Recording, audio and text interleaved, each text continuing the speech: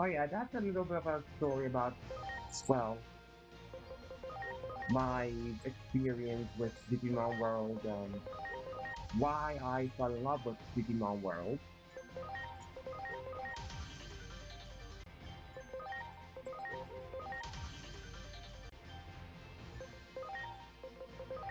And then there are two more Digimon games that I actively like grew up with, like played a lot, like not just young, like young teen, but also as a kid. And it would be like, and it was Digimon World 4 and Digimon World 3. Like I said, Digimon World 3 was one of the earliest games I got exposure to, because I said this just a few moments ago, there was either World 1 or World 3 that was the first one I played. And I don't remember if I said this during my Digimon World 3 playthrough, but it's a game that I've replayed a lot of times. Like, maybe not necessarily beating the final boss, but I have played like Digimon World 3 a lot. And it's just a game that I just enjoy most things about it. Like, there's only two things I could think of that are like not as fun in Digimon World 3.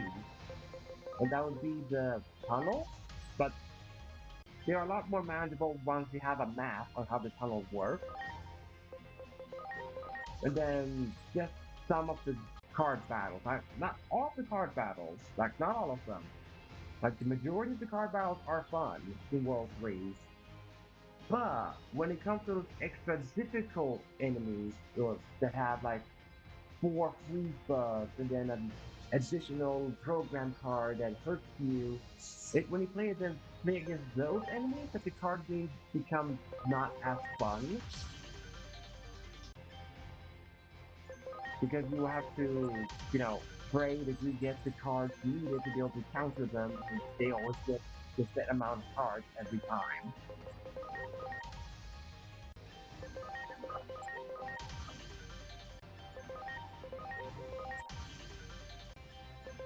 Yeah, but I remember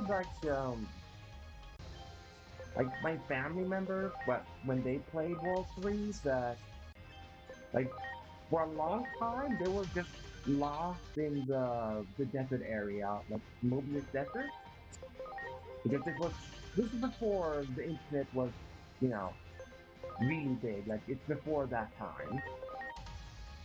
So still in the young days of internet, or young-ish in that sense, like young-ish days of the internet.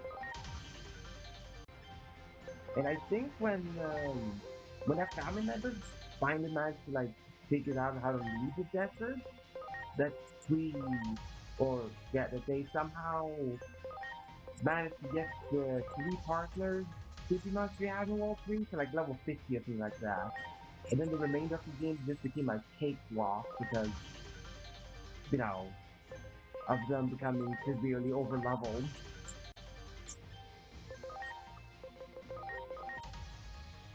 But I think, if I remember correctly, what they told me with how they figured out how to leave the desert area was because someone told them, like, oh, just use the Zelda code to be able to leave the desert.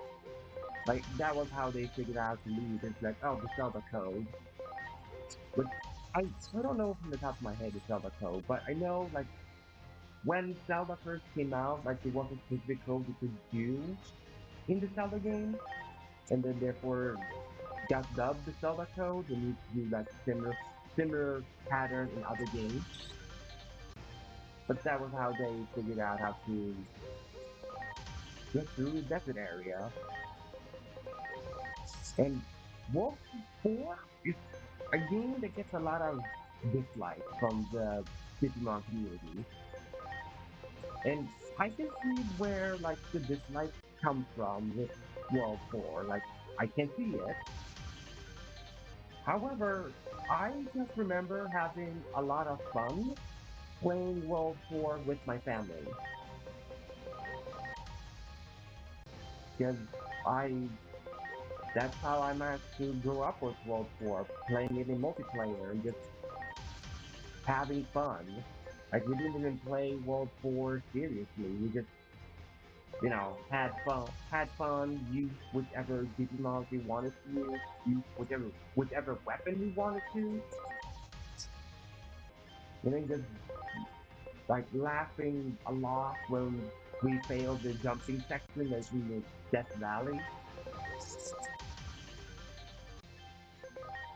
And so even when I play like World 4 on my own, I still have fun with World 4 because I have those fond memories of playing World 4 with my family.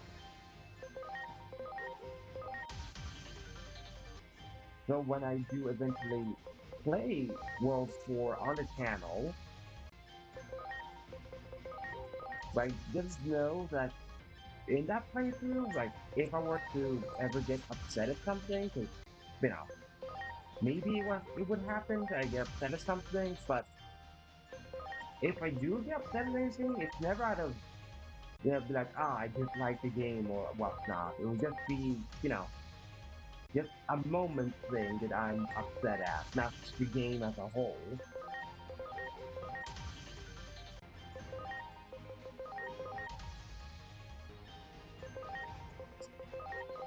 Okay, I think I'm gonna do like the last Digimon one because I think I've gotten a lot of them now. I mean, we can even go to level 99 this thing, man. That's how many times I've done this. Alright, how many ExVeemon's do I have now? Holy. Uh, let's see. 1, 2, 3, 4, 5, 6, 7, 8, 9, 18, 27, 36. I have 36 ExVeemon's right now. Good to know. It's just, and they all have varying amount of talents. I see that. That's quite funny. Yeah, some of them have 100 talents, then 90. Yeah, and then it progressively goes down. Like from 100 to 93, 90. Yeah, I see that. That's pretty cool to see how the increasement of the talent. That's pretty cool. Okay, so the first one I should try to get would be Pancho Lilymon. You just need one XVmon.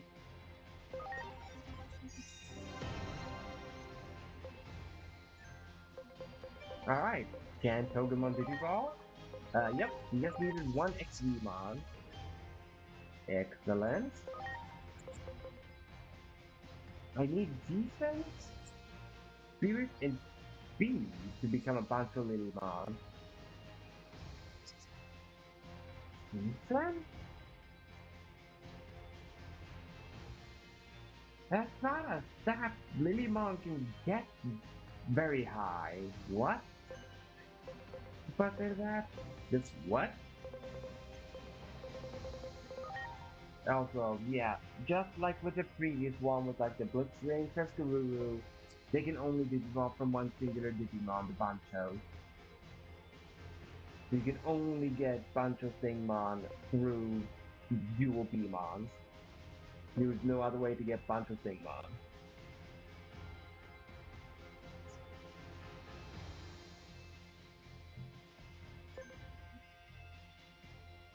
Right, I need to throw in the Lilymon into the farm so we get to have the correct stats and all, or the correct personality. Golemon.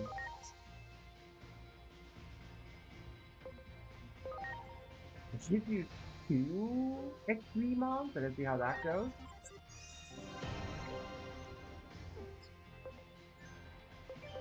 How are your stats?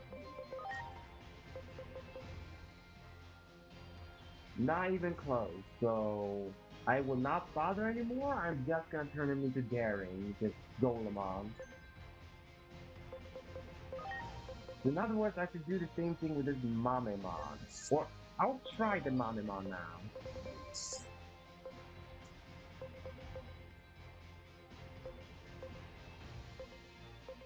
Now there you are, Mamemon. Just trying here to see how much is that increase from the singular one. Honestly, it's very doable. I think one more ExVeemon's.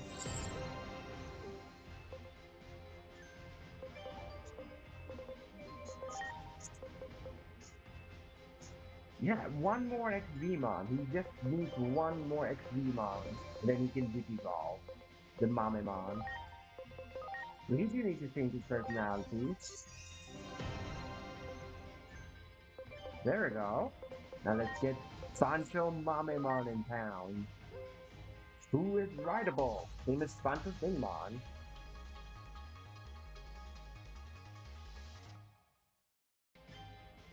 Now there we go. Baseball looking beanball. Alright, I like the model. I like how expressive his face is. I like that.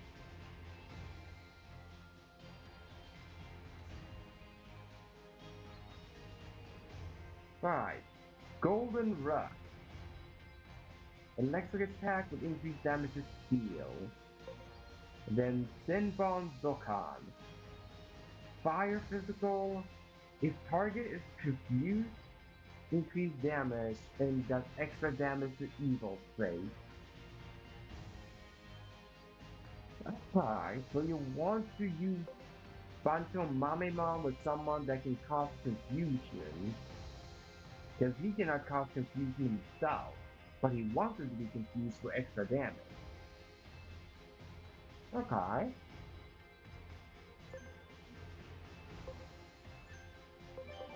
Right, now let's work on the Greymon and Garurumon.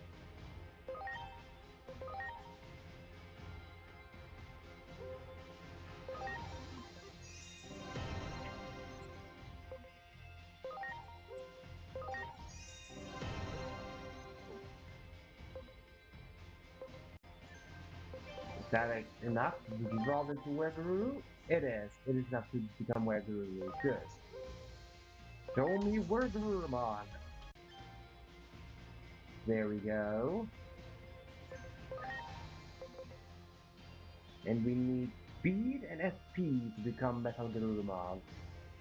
Pretty easy, all things considered.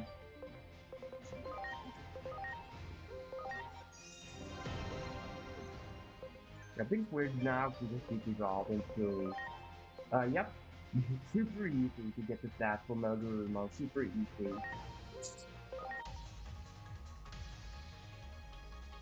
There we go. Now we have Metal Garurumon, who will have to change his personality because he needs to be friendly for Metal he needs to be friendly for Omnimon. So, oh, we could have gotten loaded Leomon to become Metal. Oh wow, but I did that.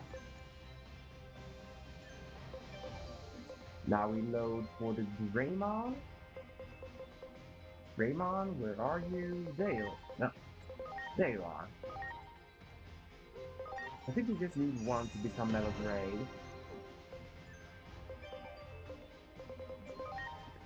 Yeah, I just needed one to become Metal Greymon.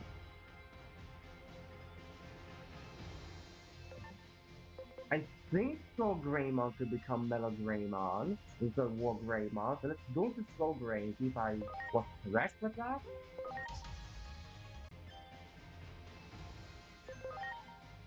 Nah, I was wrong. Skull Grey could not become War Greymon. Ah, wow. So sadly, it was a wasted ExVeemon, but that's fine.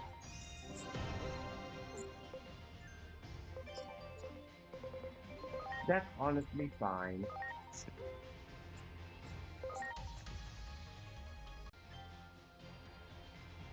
There we go.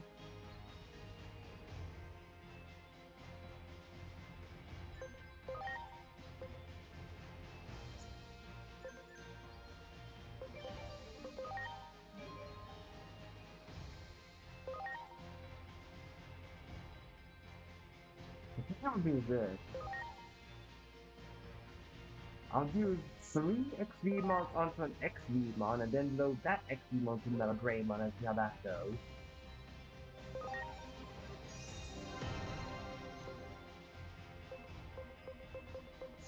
Because I'm curious of what the results to come from that. Alright, there's a level 35 ExVeemon. Only gets you to level 26 despite that. Okay, good to know.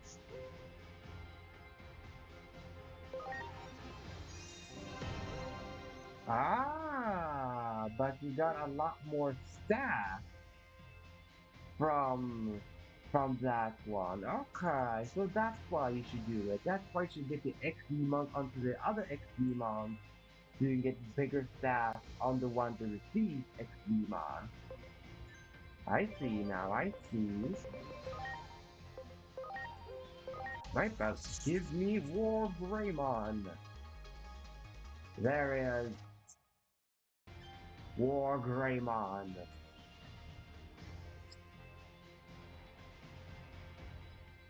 The classic Mega Digimon. He's a classic for a reason, because he has a very good design. And just to clarify, whenever I've said Blackwell Greymon is my favorite Digimon, it does not mean that I like War Greymon any less than Blackwell Greymon.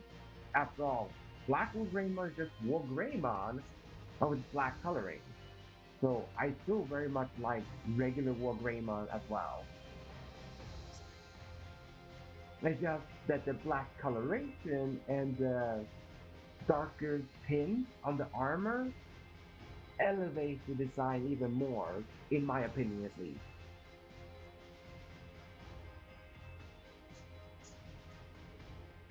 Because then other details of War Greymon's body pops out.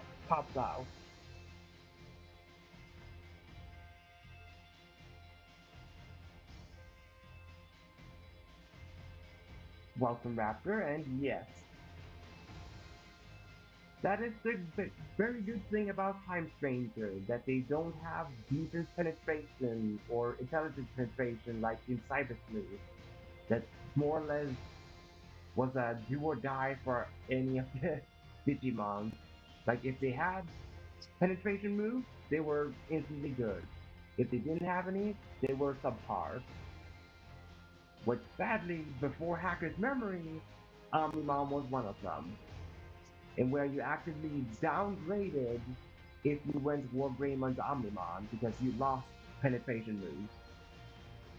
Yep.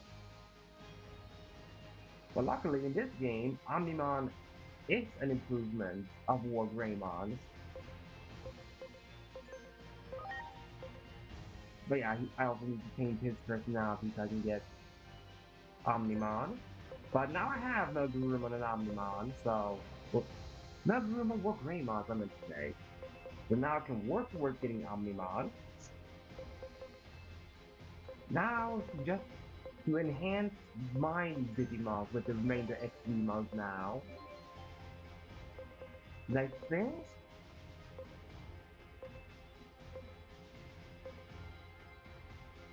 think I want to dump some of them into Super Digimon Wrath mode. So hold up, I'll do there that many, and then throw that ExVeemon into Jupitermon.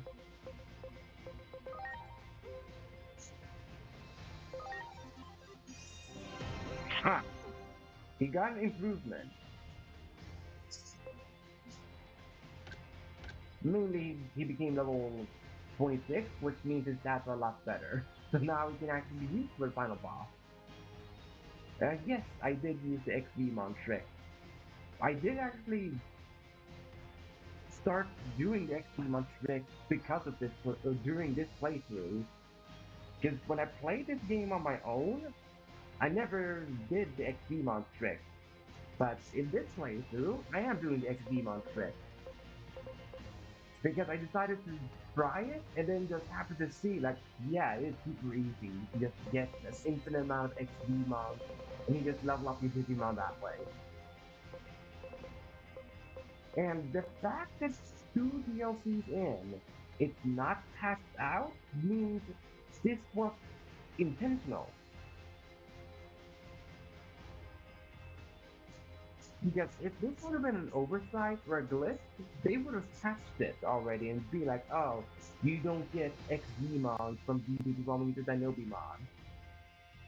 But the fact that you do means they must have planned it. They wanted it to be a way to level grind. To be like, hey, let's do that your DNA Digimon can give you copies and allow you to get Digimon that way. It just so happens that Digimon is the easiest one because of having access to Ukuamon, Ranfuaga, be digivolved back into Dinobi, and then you just digivolve at level 1 with Stingmon. But it was definitely not an oversight by the developers, this script.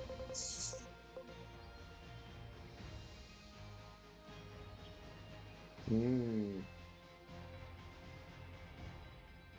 I understand that there have been other games that released or other things that happen in life that can prevent you from beating Time Stranger or at least the final boss. So I understand why you haven't done it faster.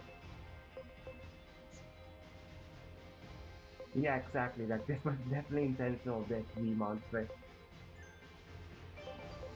Right. Who do I want to enhance next? Uh, I think I want to enhance.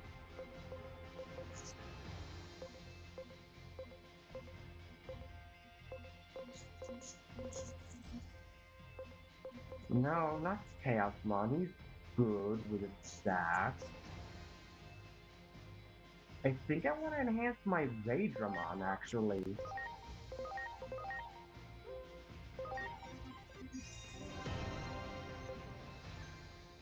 And now I can digivolve my Raydramon. Where are you, Raydramon? I'm just looking for yellow numbers at this point. Oh no, right, I load enhanced. His levels went up. Never mind. That's why I don't see him. There you are. Yeah, your max level is now a lot higher.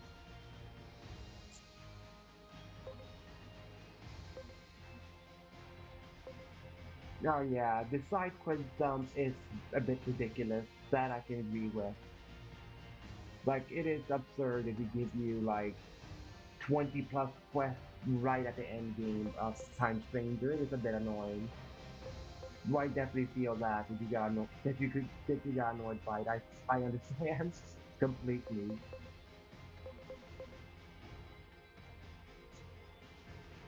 Yeah. Also the fact that Age of Imprisonment and VA came out right around the same time.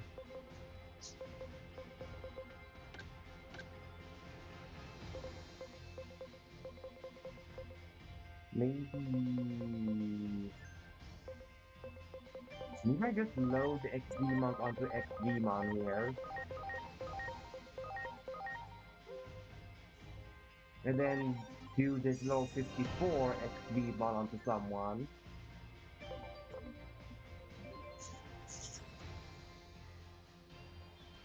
Oh yeah, the Kurumon ones are like the Kurumon, the Hiroko Memory, and the Etemon one. Yes, the only one of those three that is doable without a guide is the Kurumon one, because the Kurumons pop up on the map when you explore Shibuya or when you explore Tokyo. But the Hiroko and Etemon quest, you need a guide to know, okay, which locations I need to visit so you can complete that one.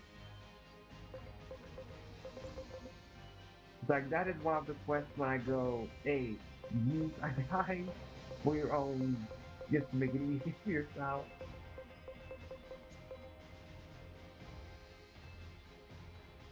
Who to give this giant ExVeemon to?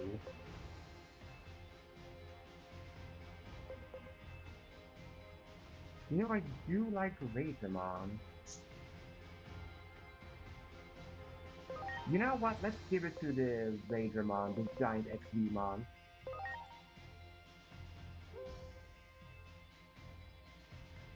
It's just mainly for the stats. It wasn't that much stat boost. That's unfortunate. Oh well, plus it that.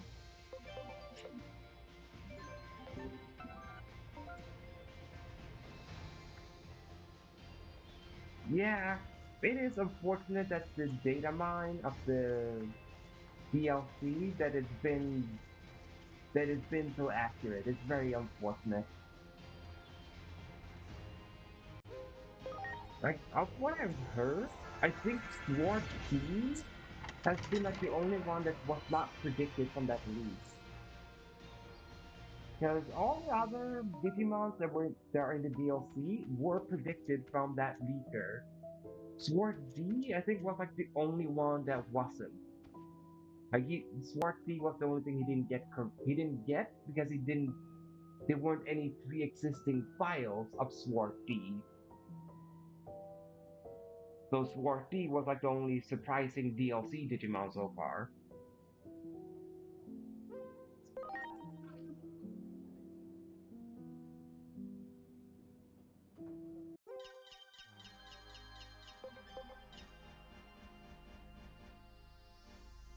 Alright, so I need to throw in Lilymon, Golemon, Melagurumon, Wargreymon. They need to be thrown into the farm for the personality.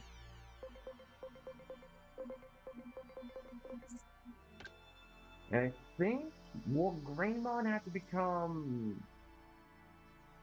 brave. Brave or daring is what he had to become.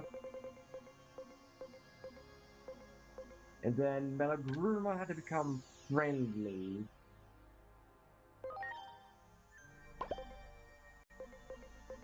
If I'm not mistaken, that's what was supposed to be done.